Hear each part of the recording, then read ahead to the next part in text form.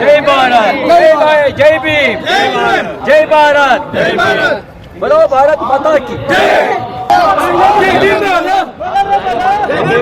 भारत माता की जय.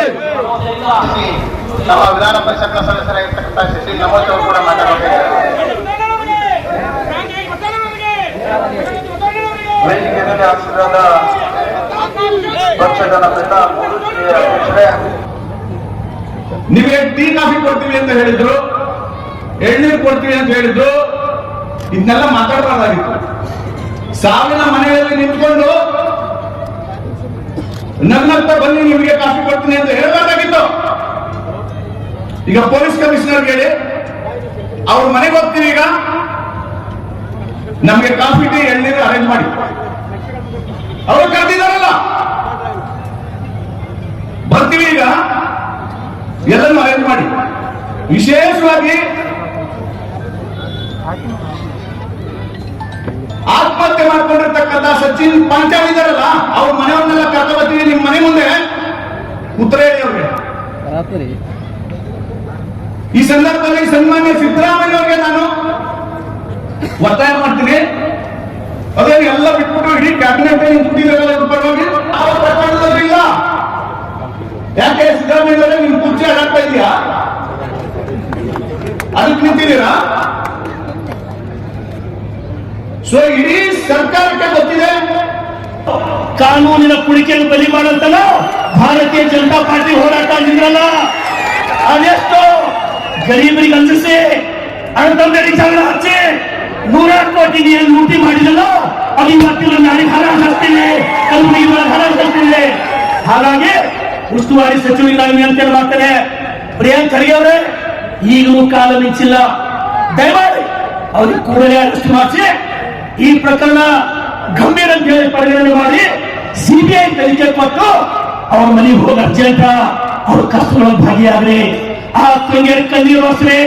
ಇಲ್ಲ ಅಂದ್ರ ನಿಮ್ಮ ಸರ್ಕಾರಕ್ಕೆ ಆ ಹೆಣ್ಮಕ್ಳು ಪಾಪ ಕತ್ತಲೆ ಬಿಡೋದು. ಒಂದ್ ವೇಳೆ ಈ ಕೆಲಸ ನೀವು ಮಾಡಿಲ್ಲ ಅಂದ್ರ ಭಾರತೀಯ ಜನತಾ ಪಾರ್ಟಿ ಹೋರಾಟ ನಮ್ಮ ನಾಯಕರ ನೇತೃತ್ವದಲ್ಲಿ ಇನ್ನೂ ಗಟ್ಟಿಯಾಗಿ ಮಾಡ್ತೀನಿ ಅಂತಕ್ಕಂಥ ಮಾತನ್ನು ಹೇಳಿ ಅದರ ವಿರೋಧವಾಗಿ ಇವತ್ತು ನಮ್ಮ ಕಲಬುರಗಿಯಲ್ಲಿ ಈ ಒಂದು ಹೋರಾಟವನ್ನು ಮಾಡೋದ್ರ ಮುಖಾಂತರ ಯಾರು ಡಾಕ್ಟರ್ ಬಾಬಾ ಸಾಹೇಬ್ ಅಂಬೇಡ್ಕರ್ ಅವರ ಬರೆದಂತ ಸಂವಿಧಾನಕ್ಕೆ, ಯಾವ ಸಂವಿಧಾನ ನಮ್ಮ ರಾಜ್ಯದಲ್ಲಿ ಜಾರಿಗಿದೆ ಅಂತ ಮಾತನ್ನ ಹೇಳಿದ್ರು, ಅವರೇ ಇವತ್ತು ಆ ಸಂವಿಧಾನದ ದುರ್ಬಳಕೆಯನ್ನ ಮಾಡಿಕೊಂಡು ಇವತ್ತು ಈ ಒಂದು ಪ್ರಕರಣದಲ್ಲಿ ಬಹಳಷ್ಟು ತೊಂದರೆಯನ್ನ ಇವತ್ತಿನ ದಿವಸ ಆ ಕುಟುಂಬಕ್ಕೆ ನೀಡ್ತಾ ಇದ್ದಾರೆ. ನಾವೆಲ್ಲರೂ ಕೂಡ ಆ ಕುಟುಂಬದ ಜೊತೆಯಲ್ಲಿ ನಿಂತು ಅವರಿಗೆ ಸಾಂತ್ವನವನ್ನು ಹೇಳಕ್ಕೆ ನಮ್ಮ ನಾಯಕರು ಎಲ್ಲರೂ ಸೇರಿ ಇವತ್ತಿನ ದಿವಸ ಬಂದಿರುವಂತದ್ದು. ಸಮಯ ಜಾಸ್ತಿ ಆಗಿದೆ, ನಾನು ಇವತ್ತು ನಮ್ಮೆಲ್ಲ ನಾಯಕರು ಹೆಚ್ಚು ಮಾತನಾಡೋರಿದ್ದಾರೆ. ಈ ಸಂದರ್ಭದಲ್ಲಿ ಆ ಕುಟುಂಬಕ್ಕೆ ಇವತ್ತು ಸರ್ಕಾರ ಅವರಿಗೆ ರಕ್ಷಣೆಯನ್ನ ನೀಡಬೇಕು. ಅದರಲ್ಲಿ ವಿಶೇಷವಾಗಿ ನಮ್ಮ ಕಲಬುರಗಿಯಲ್ಲೂ ಕೂಡ 4 ಜನ ನಮ್ಮ ಬಸವರಾಜ್ ಮತ್ತಿಮೂಡವರಾಗಿರ್ಬೋದು, ನಮ್ಮ ಚಂದ್ರು ಪಾಟೀಲ್ ಅವರಾಗಿರ್ಬೋದು ಮತ್ತು ಮಣಿಕಂಠ ರಾಠೋಡ್ ಅವರಾಗಿರ್ಬೋದು, ಅವರೆಲ್ಲರ ಮೇಲೂ ಕೂಡ ಆಂದೋಲನದ ಸ್ವಾಮಿಗಳಾಗಿರ್ಬೋದು, ಅವರೆಲ್ಲರ ಮೇಲೂ ಕೂಡ ಮಾರಣಾಂತಿಕ ಒಂದು ಸುಪಾರಿ ಇದೆ ಅಂತ ಮಾತನ್ನು ಕೂಡ ಡೆತ್ ಕೋರ್ಟ್ ನಲ್ಲಿ ಹೇಳಿರುವಂತದ್ದು. ಹೀಗಾಗಿ ಅದಕ್ಕೆ ಗಂಭೀರವಾಗಿ ತಗೊಂಡು ಇವತ್ತು ನಮ್ಮ ಜಿಲ್ಲಾ ಉಸ್ತುವಾರಿ ಮಂತ್ರಿಯಾಗಿ ಅವ್ರೇನು ಸಂವಿಧಾನದ ಮೇಲೆ ಬಹಳ ನಿಷ್ಠೆ ಇದೆ ಅಂತ ಮಾತನ್ನ ಅವ್ರು ಹೇಳಿದ್ದಾರೆ. ನಿಜವಾಗ್ಲೂ ಅವ್ರಿಗೆ ಏನಾದ್ರು ಆ ಸಂವಿಧಾನದ ನಿಷ್ಠೆ ಇದೆ, ಅವ್ರ ತಕ್ಷಣದಲ್ಲಿ ಇವತ್ತು ರಾಜೀನಾಮೆಯನ್ನು ಕೊಟ್ಟು ಆ ಕುಟುಂಬಕ್ಕೆ ಒಂದು ನಾವು ಆ ಕುಟುಂಬಕ್ಕೂ ಕೂಡ ಸಾಂತ್ವನವನ್ನ ಹೇಳುವಂತ ಕೆಲಸ ಮಾಡಬೇಕು ಅಂತ ಮಾತನ್ನ ಈ ಸಂದರ್ಭದಲ್ಲಿ ಹೇಳಿ ನನ್ನ ಮಾತನ್ನು ಮುಗಿಸ್ತೇನೆ.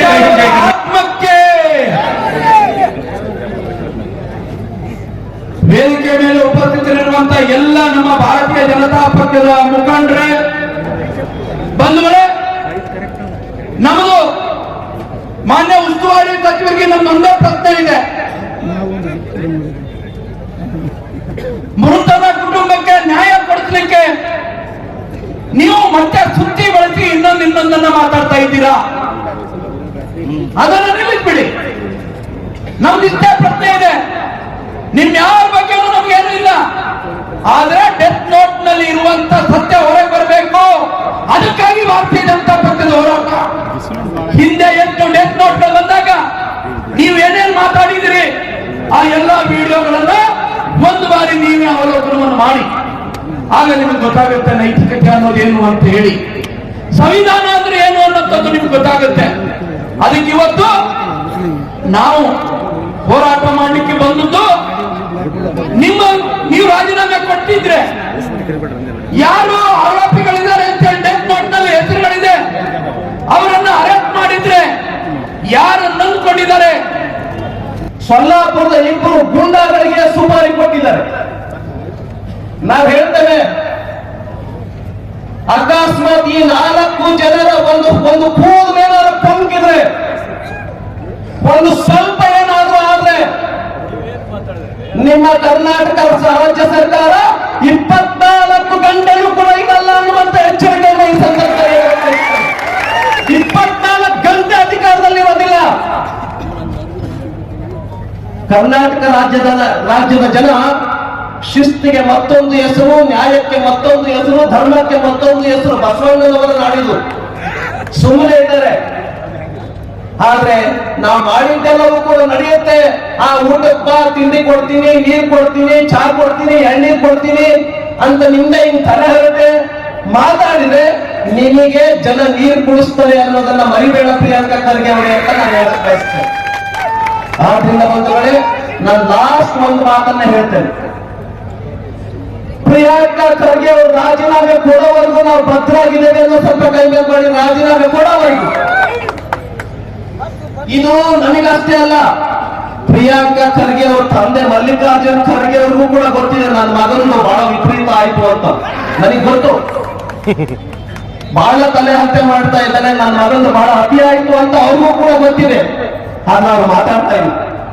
ಸರಿನಾ? ಸತ್ಯ ಇದೆಯಾ?